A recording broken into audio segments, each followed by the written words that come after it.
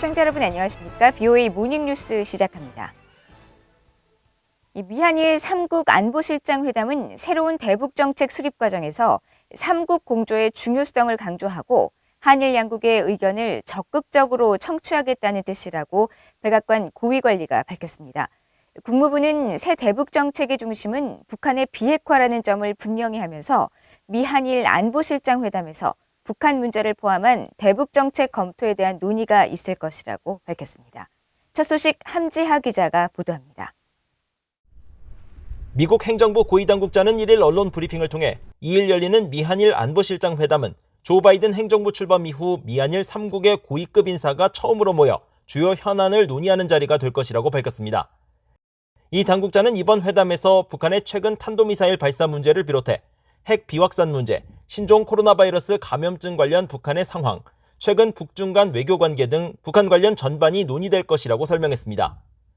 그러면서 회담의 주요 목표는 북한 문제에 대한 공동의 이해를 넓히는 것이라면서 미한일 3국 공조와 조화의 중요성을 거듭 강조했습니다. 또 한국, 일본 측과 각각 양자회담을 통해 한반도 평화 안정 유지에 관한 현안을 주로 다룰 것을 기대하며 한일 양국이 같은 입장을 가질 수 있도록 설득할 것이라고 덧붙였습니다. 미국 국무부도 마무리 단계인 미국의 대북정책 검토와 관련해 미한일 안보실장 회담에서 적극적인 의견 교환이 있을 것이란 점을 거듭 확인했습니다. 네드 프라이스 국무부 대변인은 정례 브리핑에서 미국의 대북정책 검토와 관련해 3국 회담은 일본, 한국의 관리들로부터 그들의 생각과 관점을 공유할 수 있는 기회가 될 것이라고 설명했습니다. 그러면서 새 대북정책 검토의 주요 내용은 변함없이 북한의 비핵화란 점과 미한일 3국 공조의 중요성을 거듭 강조했습니다. Now, I wouldn't want to prejudge the conclusion of any ongoing review, but we have said that denuclearization will remain at the center of American policy towards North Korea. We also know that any approach to North Korea, in order to be effective, will be one that we will have to execute in lockstep with our close allies, including in this case our treaty allies, Japan and South Korea. 프라이스 대변인은 대북정책 검토 결과 발표와 관련해서는 이번 미한일 안보실장 회담이 이 같은 논의 과정의 반복이 될 것이라고 밝히면서 확실한 시한을 정하지는 않을 것이라고 말했습니다. BOA 뉴스 함지하입니다. 유엔 안전보장이사회가 북한의 단거리 탄도미사일 발사에 대해 후속 조치를 취하지 않은 가운데 거듭되는 미온적 대응이 오히려 북한의 도발을 부추길 수 있다고 미국의 전문가들이 우려했습니다. 구체적 조치와 관련해서는 과잉 대응보다 동맹 간 결속과 군사준비 태세를 강화하며 상황을 관리해야 한다는 의견도 제기됐습니다. 조상진 기자가 보도합니다.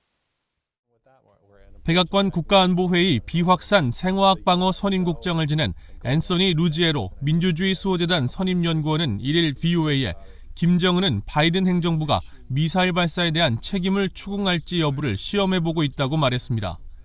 이번 발사는 미국을 떠보려는 전술적 시도로 북한이 미사일 발사의 대가를 치르지 않는다면 김정은은 대륙간 탄도미사일 ICBM 발사로 수위를 높일 것이라는 우려입니다.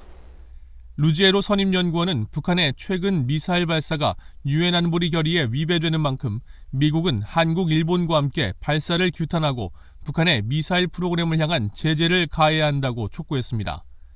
앞서 프랑스와 영국, 노르웨이, 아일랜드, 에스토니아 등 5개 유럽 국가들의 요청에 따라 30일 소집된 유엔 안보리 회의에서 여러 나라가 북한의 미사일 발사에 대한 우려를 표했지만 성명서 채택 등 대응 조치는 나오지 않았습니다. 미국 태평양 사령관 특별 보좌관을 지낸 렐프 코사 태평양 포럼 명예회장도 국제사회의 이 같은 미온적 반응에 대해 북한은 바이든 대통령뿐 아니라 한국과 중국, 유엔 안보리를 모두 시험하고 있는 중이라고 분석했습니다. 그러면서 이에 대응하지 않으면 위반 행위를 저질러도 처벌받지 않는다는 잘못된 신호를 북한에 줄 것이라고 지적했습니다. 북한의 미사일 시험이 미사일 개발 프로그램이라는 내적 논리에 따라 오랜 기간 진행되어 온 만큼 과잉 대응보다는 실질적인 군사 준비 태세를 확립하는 것이 중요하다는 지적도 나왔습니다. 토머스 컨트리맨 전 국무부 국제안보 비확산 담당 차관보 대행은 이번 미사일 사거리를 볼 때 특히 한국과 일본의 위협이라면서 과잉 대응을 삼가고 미한일 동맹의 굳건함과 어떤 공격에도 강력히 대응할 수 있다는 것을 군사 준비 태세를 통해 보여줘야 한다고 강조했습니다. 전문가들은 북한의 이번 단거리 탄도미사일의 경우 한국 전역이 타격 범위에 들어가는 만큼 한국도 유엔 안보리에 강력한 대응을 촉구해야 한다고 말했습니다. 특히 한국이 북한의 미사일 발사를 대북 관여 정책을 진전시키는 사건으로 활용하기는 어려울 것이라며 그럴 경우 북한의 나쁜 행동에 보상을 제공하는 결과가 될 수도 있기 때문이라고 지적했습니다. VOA 뉴스 조상진입니다. 미한일 3국의 안보실장 회담이 2일 미국에서 열리는 가운데 정의용 한국 외교부 장관은 중국이 한반도 평화 프로세스 진전을 위해 건설적인 역할을 해주는 게 필요하다고 밝혔습니다. 정 장관은 2일 왕이 중국 외교부 장관과의 회담을 위한 출국에 앞서 기자들을 만나 이같이 밝히고 중국 푸젠성 샤먼에서 열리는 회담 의제로 한중 양국 관계 발전과 한반도 평화 프로세스 진전, 지역과 국제 현안에 대한 협력 방안 등을 꼽으면서 내년 한중 수교 30주년을 맞아 실질적 협력 확대 방안에 대해 심도 있는 논의를 하게 될 것이라고 말했다고 연합뉴스 등 한국 언론들이 전했습니다. 화춘잉 중국 외교부 대변인도 정례 기자회견에서 정 장관의 중국 방문을 확인하고 내년 한중 수교 30주년을 맞아 양국 관계가 더욱 심화 발전될 수 있는 중요한 기회를 맞고 있다면서 전략적 소통을 강화하고 실용적인 협력을 통해 중한 양국의 전략 개발을 추진할 용의가 있다고 밝혔습니다. 모테기 도시미스 일본 외무상이 이슬람권을 대표하는 아랍연맹 전체 회원국과 외교장관 회담을 갖고 북한의 탄도미사일 발사 규탄과 일본이 납북자 문제 해결을 위한 국제적 협력을 요청했습니다. 다시미스 외무상은 1일 아랍연맹 21개 회원국 외교장관들과 화상으로 진행한 제2차 일본 아랍 정치대화에서 북한의 지난달 탄도미사일 발사를 규탄하면서 북한에 의한 일본인 납치 문제를 포함한 북한 문제 대응에 아랍권 국가들이 적극적으로 목소리를 높여줄 것을 요청했다고 일본 외무성이 밝혔습니다. 도시미스 외무상은 또 중국이 동중국해와 남중국해에서 해양 진출을 강화하는 등 일방적 현상 변경 시도를 하고 있는데 우려를 표하면서 규칙에 근거한 국제 질서 확립을 위한 아랍권 국가들의 협력을 당부했습니다. 이에 대해 아랍권 외교장관들은 국제법에 기초한 해양 질서의 중요성을 거듭 강조하고 일본이 추진하는 자유롭고 열린 인도태평양 구상을 지지한다고 밝혔다고 일본 외무성이 전했습니다.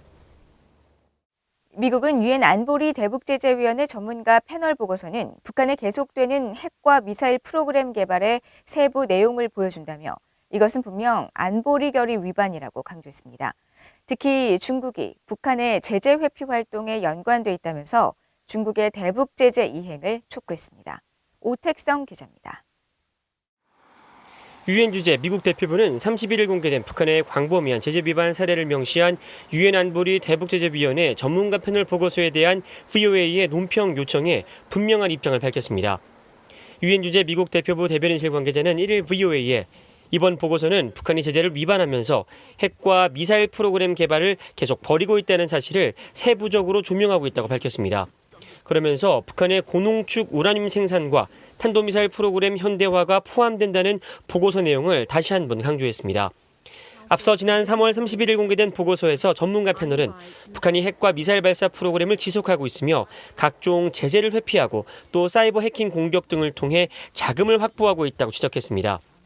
미국 대표부는 이어 전문가 패널이 이번 보고서에서 지난해 북한이 이란과 주요 부품 이전을 포함해 장거리 미사일 협력을 재개했다는 점을 지적했다면서 북한의 무기와 첨단 기술 거래는 국제 평화와 안보에 위협이 되고 있고 세계 비확산 체제를 약화시킬 뿐 아니라 북한의 불법 무기 프로그램을 진전시키기 위한 것이라고 밝혔습니다. 미국 대표부는 또 전문가 패널 보고서는 북한의 제재 회피 활동이 상당 부분 중국 영해에서 이뤄지고 있음을 보여줬다며 미국은 중국이 이러한 북한의 불법 활동을 억제할 것을 적극적으로 촉구하고 있다고 강조했습니다. 실제로 이번 보고서에는 불법 활동으로 제재를 위반하는 많은 선박들이 중국 영해를 통해 운항하고 있으며 북한으로 정제유를 불법적으로 운반하는 일부 선박은 중국 기관이 소유하거나 관리하고 있다고 지적했습니다. 유엔 안보리 대북 결의를 통해 금지된 북한의 석탄 수출도 중국이 깊숙하게 개입되어 있다는 게 전문가 패널의 지적입니다. 지난해 최소 400회 이상의 운송을 통해 북한은 약 250만 톤의 석탄을 수출했는데 대부분 중국 닝보 저우산 지역으로 수출했다는 겁니다. 그러나 전문가 패널이 제재 위반 연료 선박들의 정보를 중국 측에 전달하며 이들 선박을 납포해야 한다고 말했지만 중국은 정보가 충분하지 않다며 이 선박들에 대한 조사에 나설 수 없다고 대답했다며 대북 제재 이행에 비협조적인 중국의 행태를 지적했습니다. 전문가 패널은 또 최근 집중적으로 조명되고 있는 북한의 가상화폐 해킹 공격에도 중국이 연루되어 있다며 중국의 비상장 거래소가 북한 해킹 그룹이 절취한 가상화폐를 다른 화폐로 돈 세탁을 해줬다고 밝혔습니다. 최종 단계에 들어간 바이든 행정부의 대북 정책 검토에 중국 역할 문제가 담길 것으로 예상되는 가운데 중국에 대한 미국의 요구가 어떻게 적용될지 주목됩니다. VOA 뉴스 오택성입니다. 국제 대북 지원 단체인 헬핑 핸즈 코리아의 창립자인 팀 피터스 목사는 가뜩이나 참혹했던 북한 종교인들의 삶이 신종 코로나 바이러스 사태 이후 더욱 악화됐다고 지적했습니다. 피터스 목사는 이를 미국의 북한 인권단체인 북한인권위원회가 주최한 화상대담에 참석해 북한 내 종교인들이 식량은 물론 의약품도 없이 지옥 같은 하루를 보내고 있으며 북한 정권의 전례 없는 신종 코로나 바이러스 방역 조치로 국경이 봉쇄돼 탈북마저 할 수 없는 처지라고 밝히고 국제사회의 관심과 지원이 절실하다고 강조했습니다. 대담에 참석한 그레그 스칼류튜 북한인권위원회 사무총장도 북한 주민들의 현실을 외부에 알리고 외부 세계의 정보를 북한에 유입시키는 활동을 더 강화해야 한다면서 국제사회는 북한의 종교 박해에 대한 규탄의 목소리를 높여야 한다고 밝혔습니다. 이상으로 BOA 모닝뉴스를 모두 마칩니다. 시청해주신 여러분 고맙습니다.